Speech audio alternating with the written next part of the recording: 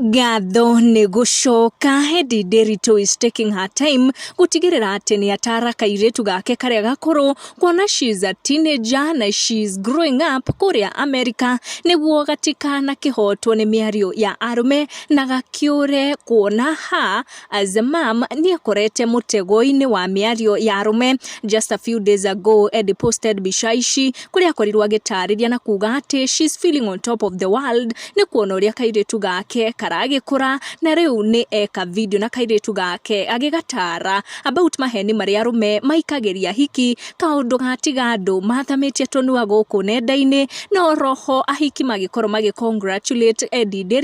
ni undu wa gukinyukia that step with her daughter. Ditana kunengereria video iyo ya Edday na her daughter njitikiria tu gucokeria ngatho cia mwanya muno ni undu wa guthie na mbere gutigirira ati ni wamukira video citu. Edday andikana kuga ati advising my daughter hapa tondu men can lie I say kuria meka this TikTok challenge video na her daughter Charlene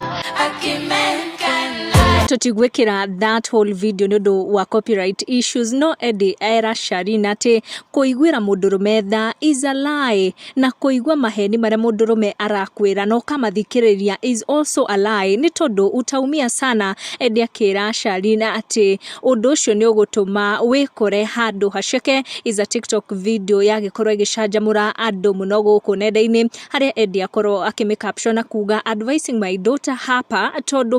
men can lie. Niko gushikinya hau tucamanie na wa next one.